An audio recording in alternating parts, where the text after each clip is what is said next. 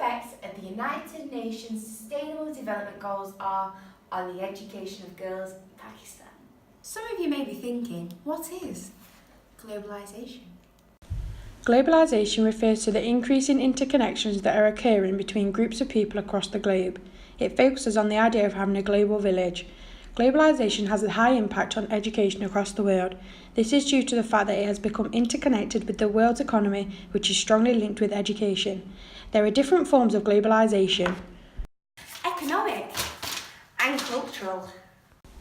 Economic globalisation looks at the trade and production across the world and how different countries' trades links them together. Cultural globalisation refers to the sharing of ideas and values around the world. This includes music, fashion, products,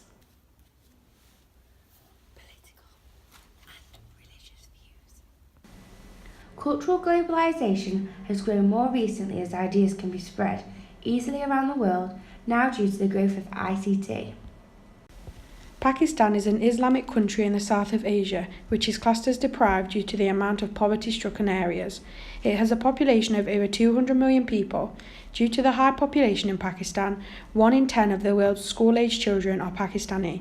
The population, specifically amongst the youths, is currently rapidly growing, and by 2025 it is expected that the youth population will make up over a third of the country's working population. Last year, Pakistan was rated one of the lowest performing South Asian countries for education standards and has one of the lowest literacy rates in the world, with only 5 out of 10 school children attending school.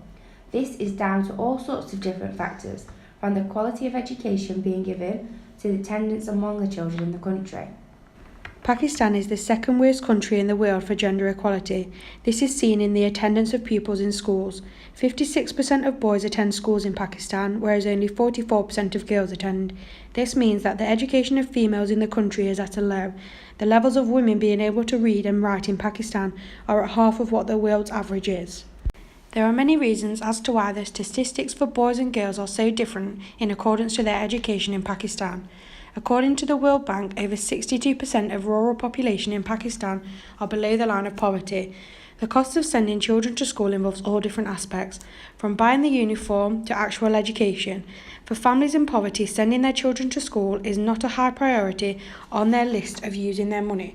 In a lot of cases, as males are seen as the people who will be going on to better jobs when they are older, if families can only afford to send some of their children to school and not the others, the boys will most likely be the ones that will go instead of the girls. This means a lot of girls in poverty will never have the chance to go to school in the first place. A lot of schools in Pakistan don't have the right sanitary needs that girls of a school age will need. If there are not working, safe and clean toilets at the school, then whenever the girls are on their period, they won't want to be coming to school, so they will spend a lot of time off, depriving them of education they need. Many children live far away from their closest schools due to living in rural areas. This means it is extremely hard for the students to get to school. If the children can walk the distance to school, there is an issue for girls due to a lot of physical and sexual attacks being done on girls who are walking on their own. This puts off many girls from going to school as they are too scared to walk on their own because of the harassment. The women and girls of family are seen in Pakistan as the ones who should stay at home and do the household chores. In Pakistan, 21% of girls are married before the age of 18 and 3% before they are 15. Due to the old-fashioned view that still remains in Pakistan areas, when the young girls are married, they instantly don't go to school anymore, as they then have to look after their husbands and family.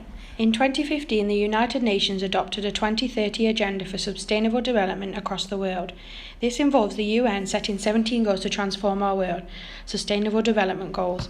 These are different goals for all countries across the world to achieve in order to make the world a better place for people and the environment. Many of these goals set in place will increase the quantity and quality of education for girls in Pakistan.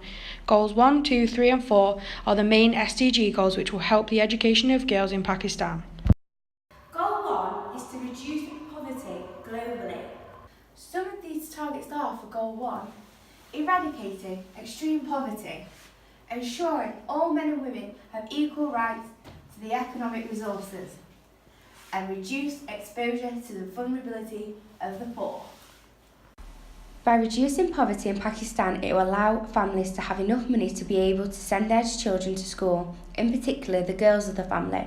Alongside this, it will allow them to pay for a way of transport for the girls to get to school, meaning there is a less of chance of them getting harassed on the way to school, which will encourage the girls to go.